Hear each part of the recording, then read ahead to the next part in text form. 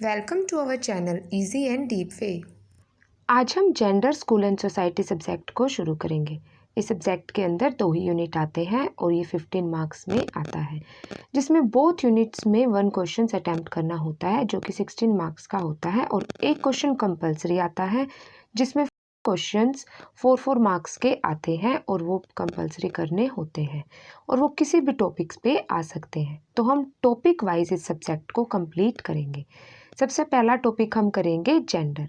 तो पहले देखते हैं कि इसका एग्जाम में क्वेश्चन कैसे आ सकता है और ऑलरेडी कैसे आया हुआ है।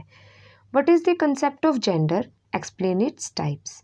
इसमें हम जेंडर का मीनिंग, डेफिनेशन, उसका कंसेप्ट और उसके टाइप्स को लिख सकते हैं ताकि हमें पूरे मार्क्स मिले। ये 4 मार्क्स में आए तो उसका मीनिंग और डेफिनेशन सफिशिएंट होगा। शुरू करते हैं meaning of gender and it's concept. Gender शब्द सोसाइटी द्वारा कंस्ट्रक्ट किया गया है जिसमें मैन और वुमेन के रोल्स, रिस्पॉन्सिबिलिटीज़ को डिस्क्राइब किया गया है कि कैसे समाज में आदमी व औरत को अलग अलग तरीके से देखा जाता है और उनके कार्य को भी बांटा जाता है। जैसे आज भी कई सोसाइटी व कल्चर ऐसे हैं जहाँ पर माना जाता है कि औरतें घर पर ही रहेंगी और घर परिवार व बच्चों को संभालेंगी और आदमी घर चलाने के लिए अर्निंग करेंगे, जिसे हम जेंडर आइडेंटिटी व इनइक्वालिटी कहते हैं। ये टॉपिक्स भी आपके सिलेबस के अंदर ही आते हैं जिनको हम नेक्स्ट वीडियो में कवर करेंगे। लेकिन ये जो स्टीरियोटाइप सोच है, जो घिसी पिटी सोच है, आजकल बदल गई है कि भाई आदमी और औरत यही काम पर्टिकुलरली करेंगे। आज औरतें आदमी से भी बढ़ चढ़ कर काम करती है। वो घर परिवार बच्चों के साथ साथ अर्निंग भी करती है। पढ़ते हैं The commonly shared expectations and norms within a society about appropriate male and female behavior, characteristics and roles। मतलब जेंडर को क्या बोलते हैं, जहाँ पर मेल और फीमेल्स के रोल्स, रिस्पॉन्सिबिलिटीज़ और करेक्टरिस्टिक्स और बिहेवियर को अलग अलग तरीके से सोसाइटी में डिस्क्राइब किया गया है, उसे ही जेंडर बोलते हैं। Gender can be considered a social and cultural construct.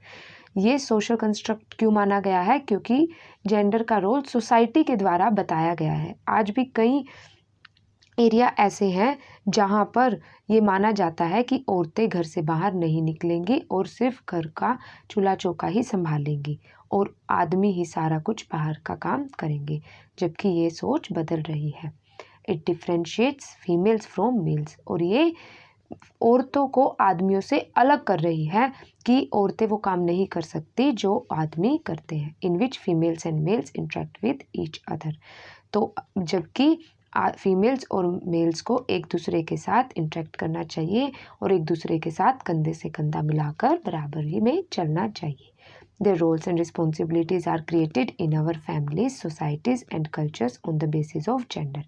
यानी जेंडर के बेसिस पर फैमिलीज़ में, सोसाइटी में और कल्चर में रोल्स एंड रिस्पॉन्सिबिलिटीज़ को क्रिएट किया जाता है जो कि उनकी पर्सनैलिटी को भी बताता है। जैसे कि इंडिया में क्या होता है, generally all domestic responsibilities are perform by women and outside responsibilities are perform by man. ये हम ऑलरेडी डिस्कस कर चुके हैं कि कैसे मैंस और वुमेन्स की रिस्पॉन्सिबिलिटी डिवाइड की गई है।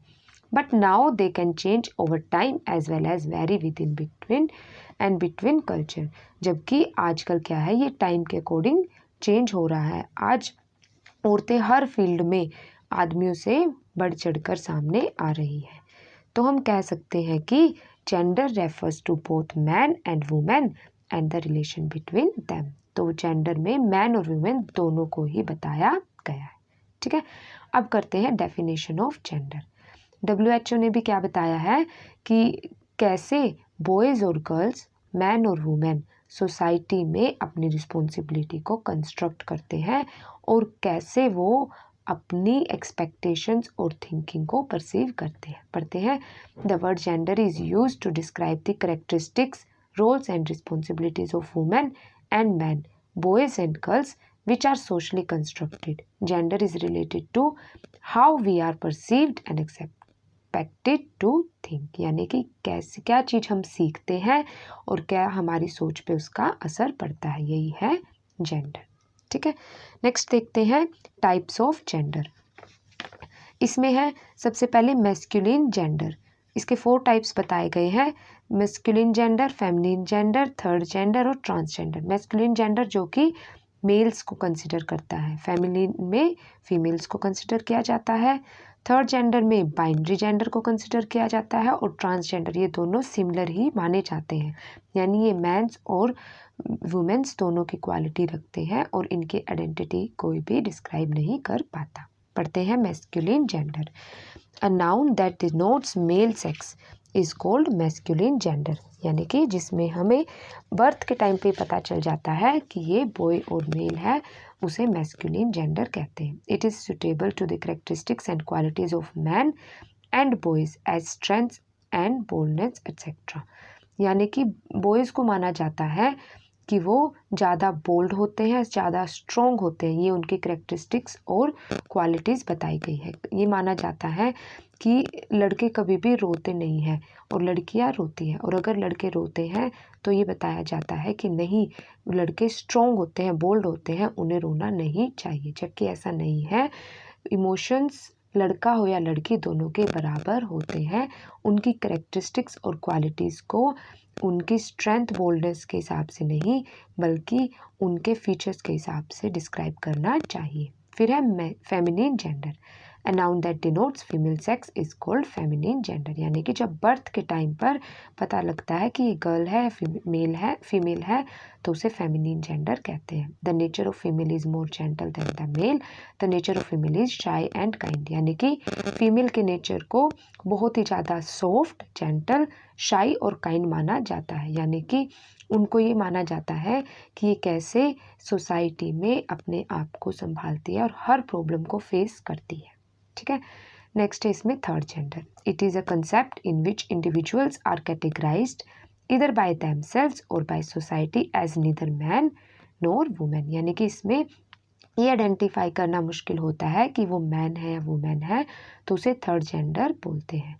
It is also a social category present in society that recognize 3 or more gender, तो इसमें सोसाइटी में इसको 3 या 3 से ज़्यादा कैटेगरीज में डिवाइड किया गया है, और इस तरह के जेंडर को मेल और फीमेल कुछ भी नहीं हम कह सकते। A person would identifies as a gender other than male और फीमेल एज नीदर मैन और nor female will be called third gender, यानी कि उनकी पर्सनैलिटी को जज नहीं किया जा सकता। फिर है transgender. It is an umbrella term. Umbrella term क्या होती है कि जो किसी ब्रॉड टर्म को दर्शाती है, जो पूरी की पूरी ब्रॉड कैटेगरी से ली जाती है इसी एक सिंगल स्पेसिफिक आइटम को दिखाने के लिए।